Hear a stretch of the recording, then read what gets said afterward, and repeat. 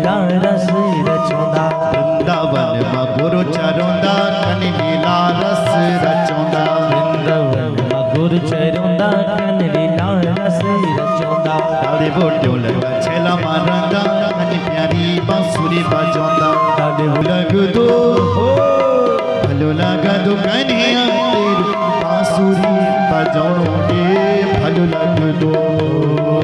भलो लग दो कन्हैया तेरू बांसुरी बजानो हे भलो लग दो।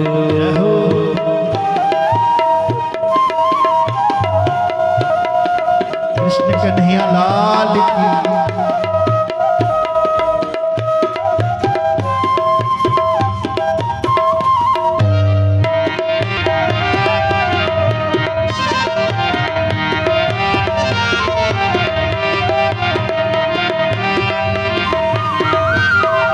सिटी घोड़ी दौड़े तेरी सतरंज सौड़ प्यारी। सिटी घोड़ी दौड़े तेरी सत प्यारी। सिटी घोड़ी दौड़ी तेरी सतरंज कसौड़ प्यारी। सिटी घोड़ी दौड़े तेरी सतरंज सौड़ प्यारी। सिटी घोड़ी दौड़ी तेरी सतरंज कसौड़ प्यारी। भली स्वाणी लगनी प्रभु की प्यारी प्यारी प्यारी दौड़ी लग दो। कन्हैया तेरू मन भगी को सौड़ हे भलो लग दो। भलो लग दो कन्हैया तेरू माखन कुशारो हे भलो लग दो। भलो लग दो कन्हैया तेरू मन भगी को सौड़ हे भलो लग दो। भलो लग दो कन्हैया तेरू मन भागी कुशोड़ हे भलो लग दो। भलो लग दो भलो लग दो कन्हैया तेरू पण बनो हे भलो लग दो। भलो लग दो कन्हैया तेरू बण बनो हे भलो लग दो। भलो लग दो भलो लग दो भलो लग दो भलो लग दो। बोलो कृष्ण कन्हैया लाल गुरु भगवान की जय। हर हर महादेव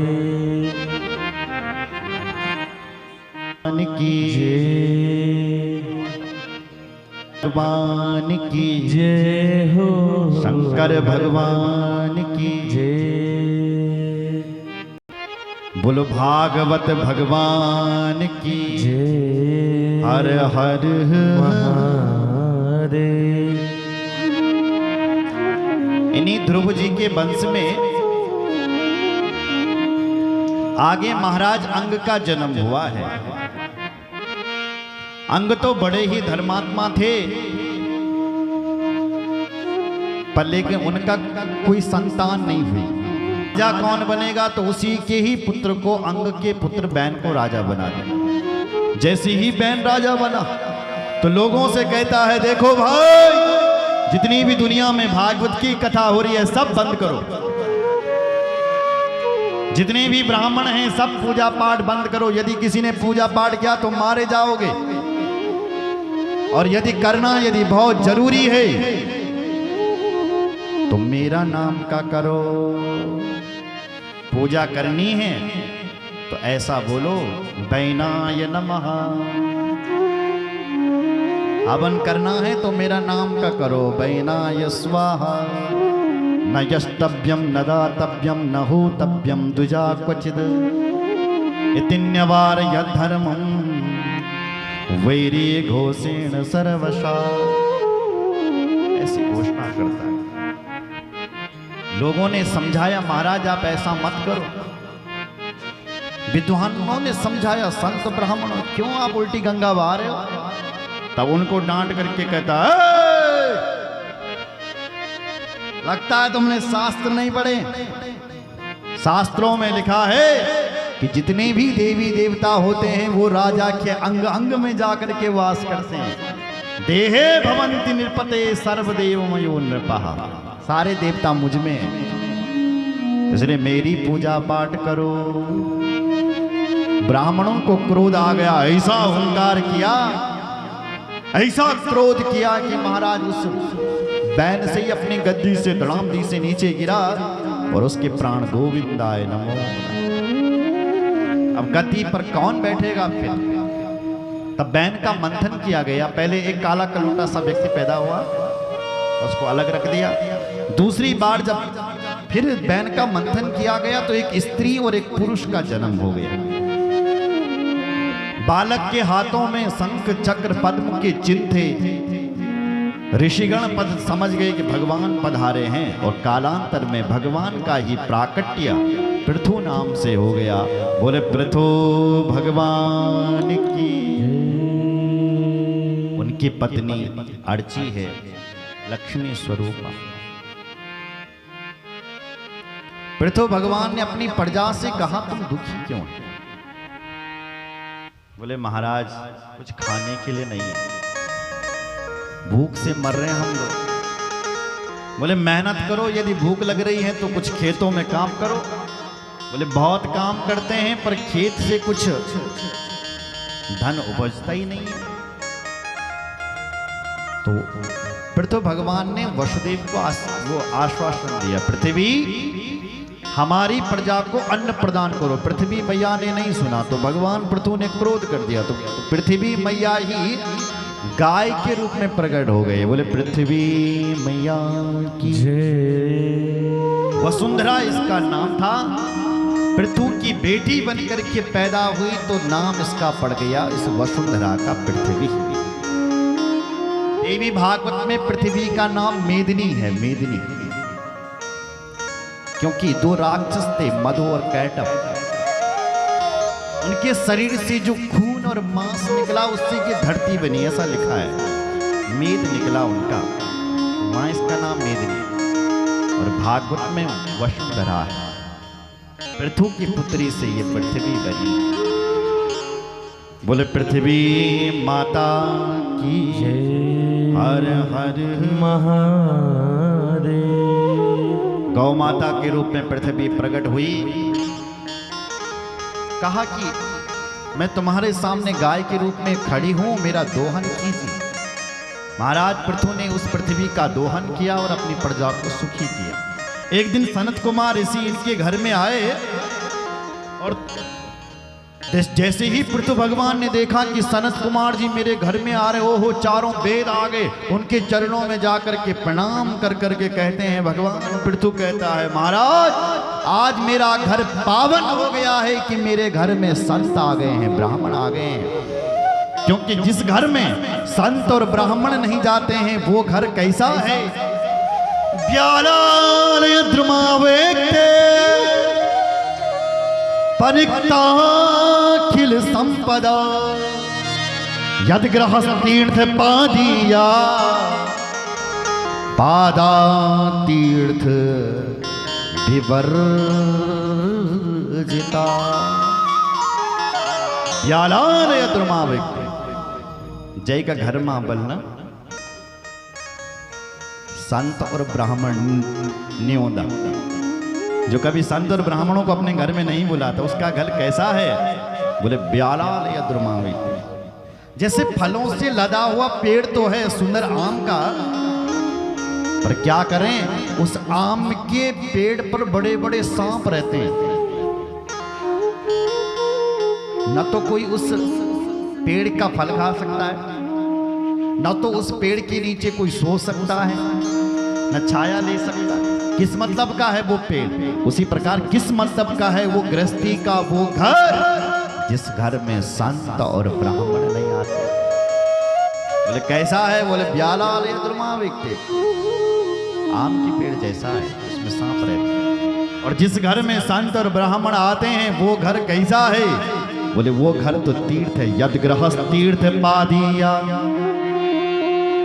पादा तीर्थ विवर्जिता। वह घर तो तीर्थ है साक्षात। तो आज आपका पमार जी, आपका घर भी तीर्थ हो गया है। ताली बजाओ जरा पमार जी की। माता जी श्रीमती जुमा देवी जी के लिए, उनके पूरे परिवार जबर सिंह जी के लिए, क्योंकि साक्षात भागवत आ रखा। भागवत मतलब भगवान, और साक्षात ब्राह्मण देवता आ रखे हैं। और वर्ण में बैठे हुए ब्राह्मण ब्रह्मा के समान हो जाते हैं, व्यास भगवान। और साधारण ब्राह्मण व्यास के तुल्य हो जाते हैं। जय। जब श्राद्ध आते हैं ना, श्राद्ध, तो श्राद्ध में एक ब्राह्मण को भोजन करने से 1100 ब्राह्मणों का भोजन करने का पुण्य मिलता है, अगर एक ब्राह्मण को भोजन। ऐसी जब श्रीमद् भागवत कथा होती है, जब एक ब्राह्मण भोजन करता है तो 1100 ब्राह्मणों का भोजन करवाने का पुण्य मिलता है उसको। बोलो जय श्री राम। 1100 ब्राह्मण। अब आप हिसाब लगा ही सकते हैं कि समय सारे ब्राह्मण श्राद्ध तुल्य हो रखे हैं, पितरों का श्राद्ध चल रहा है यहाँ, और भागवत बैठी हुई है, और हमारे जितने भी ब्राह्मण हैं सब 1100 ब्राह्मणों के बराबर एक ब्राह्मण हो रखे हैं। इसलिए तो कहा जाता है भोजन में दक्षिणा अति आवश्यक है। भोजन भले ही कम हो जाए लेकिन उसमें दक्षिणा अति आवश्यक है। बोलो जय श्री राम। भोजन दक्षिणा। एक ब्राह्मण यदि हमारे घर में आ जाए तो हमारा घर तीर्थ हो जाता है।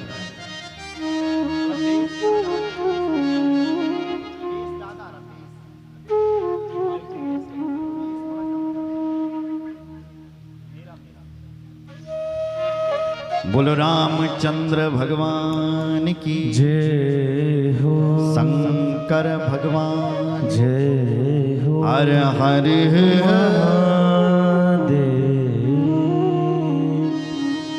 आगे ये भगवान में ही लीन हो गए थे। सनत कुमारों का सत्संग इनको प्राप्त हुआ। अपनी प्रजा को सुखी करके भगवान पृथ्वी भगवान के परम धाम को चले गए।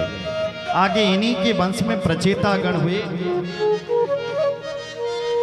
ये जब घर से निकल पड़े घूमने के लिए तो रास्ते में नारद जी मिल गए इनको, प्रचेताओं। तो नारद जी से पूछा कि हे नारद जी, हम भगवान को पाने के लिए जा रहे हैं, यहाँ बताओ कि भगवान हमसे प्रसन्न कैसे होंगे और हमें उनका दर्शन कैसे होगा। तब नारद जी ने कहा, भाई अपने जीवन में 3 चीजों को उतार दो तो भगवान खुश हो जाएगा और तुम्हें दर्शन दे देगा। कौन कौन सी महाराज? बोले दयया सर्वभूतेषु संतुष्ट्या येन केनवा सर्वेन्द्रियोपशान्त्या तुष्यत्यांशु जनार्दनः जनार्दनः आशुतोष्यति। भगवान आपके ऊपर अतिशीघ्र प्रसन्न होंगे। कब? जब हमारे अंदर पर दया आएगी, क्योंकि दया धर्म का मूल है। इसलिए प्रत्येक जीव के अंदर दया होनी चाहिए तो ईश्वर प्रसन्न हो जाता है। अब दया किस पर करनी है? अपनों पर नहीं। अपना हो चाहे पराया हो। परस्मिन् बंधुवर देवा मित्रे द्वेषे रिपु तथा आपन्ने रक्षतव्यम तो दयेसा परिकीर्तिता। कोई आपत्ति काल में है, विपत्ति काल में है, तो उस पर उस समय दया करनी चाहिए। सुनो जरा, आपके पास गाड़ी है, आप चल रहे हैं रोड पर, तुम्हारे आगे किसी का एक्सीडेंट हो गया और आपने देख लिया, आपने अपनी गाड़ी भगाई और निकल पड़े। घर नहीं पहुंच पाए तब तक फोन आ गया, अरे कोई हमारा ही व्यक्ति आ रहा था और हमसे ही मिलने के लिए आ रहा था, उसका एक्सीडेंट हो गया, अब हम भागे यहां से। तो तब भागे, तब क्या भागे? घर से दया आ रही है। पहले भी आपके अंदर वही दया होनी चाहिए जो अब घर से हो रही है। कोई अपना हो चाहे पराया हो, यदि कोई आपत्ति में है, विपत्ति में है, तो उस पर उस समय दया कर देनी चाहिए। तो दया करने से भगवान खुश हो जाता है। बोलो जय श्री राम। दूसरी बात, संतुष्ट्या येन केनवा। संतुष्ट रहना सीखो। मतलब भगवान ने हमें जितना दिया है उतने में ही खुश रहो। 2 टाइम का खाना मिल रहा है, रहने के लिए छत मिली है, पहनने के लिए कपड़े मिले हैं, ये अनुभव करो, बहुत दिया है तूने। किसी के पास इतना भी नहीं है, इतना नहीं। आप गंगा के तट पर जाओगे, हजारों लोग ऐसे हैं जो भूखे हैं, इंतजार कर रहे हैं कहां लगेगा भंडारा, कब खाऊंगा मैं। धन्यवाद करो प्रभु का, तेरी कृपा से भोजन मिल रहा है। आप हॉस्पिटलों में जाओगे तो हजारों लोग ऐसे हैं जो 12 महीने बीमार रहते हैं, पड़े हैं हॉस्पिटल में। भगवान का धन्यवाद हे ईश्वर, तेरी बहुत बड़ी कृपा है जो स्वस्थ शरीर है। दुनिया पैसा फूक रही है, बोलो जय श्री राम।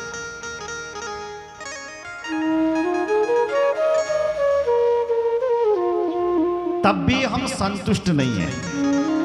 अच्छा, तो संतुष्टता कैसे आएगी? बोले आप जब अपने से नीचे के लोगों को देखोगे, यदि अपने पड़ोसी को देखोगे कि पड़ोसी ने 4 मकान बने लिया, मेरा रोज एक भी नहीं बनी, तो सुखी नहीं हो सकते। अच्छा, देखना किसको है? बोले उसको देखो जिसके पास अभी कुछ है ही नहीं, तब अपनी गरिमा समझ, अरे हम तो उनसे बहुत आगे, हम पर तो बहुत कृपा है भगवान की। बोलो जय श्री राम। कुछ लोग ऐसे हैं जिन्होंने बांसुरी तो बहुत रखी है पर बजाना ही नहीं जानते, सालों से लगे हैं, कई मेरे सामने। अपना अनुभव करो, ठाकुर जी तेरी बहुत जल्दी कृपा हुई है मेरे ऊपर, बहुत बहुत बड़ी कृपा हुई। हजारों लोग लाइन में लगे हैं, प्रभु ने हमें चुन लिया है, ये बहुत बड़ी कृपा। एक व्यक्ति था, उसके थोड़ा पैर बहुत बड़े बड़े थे, पैर तो हमेशा परेशान रहता था कि भगवान ने मुझे पैर इतने बड़े दिए कि कहीं इनके लिए चरण पादुका ही नहीं मिलती, कहीं जूते चप्पल नहीं मिलते।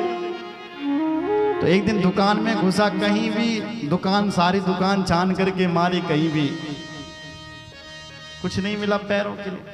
अब दुकान से बाहर आ रहा था, भगवान को गाली दे रहा था, कोई भगवान नहीं होता, सब बकवास है, झूठ है बिल्कुल। अगर भगवान मन था ये क्या मैंने यहाँ बड़ा बड़ा पैर जड़ते थे, कुछ भगवान नहीं होता। दुकान से बाहर निकला, गाली दे करके, अरे कोई भगवान। इतने में क्या हुआ कि एक ऐसे व्यक्ति पर दृष्टि पड़ी जिसके पैर ही नहीं थे, पैर ही नहीं थे और शरीर के बल से चल रहा था। जब उसको देखा उसने तो उसके आंखों में आंसू आ गए, भगवान को हाथ जोड़ने लगे, प्रभु तेरा बहुत बहुत धन्यवाद, तूने इतने बड़े बड़े पैर दिए मुझे, दौड़ रहा हूं मैं, कहीं लंगड़ा बनाया होता तो मुझे भी इसी की तरह चलना होता। धन्यवाद है मेरे भगवान का, बहुत बहुत धन्यवाद प्रभु जी, इतने बड़े बड़े पैर दिए हैं तूने। तो जब आवे संतोष धन सब धन, इसलिए हर परिस्थिति में प्रसन्न और हर जगह भगवान का धन्यवाद लेकर के चलो। बोलो शंकर भगवान जय हो। जितना मिला है बहुत है।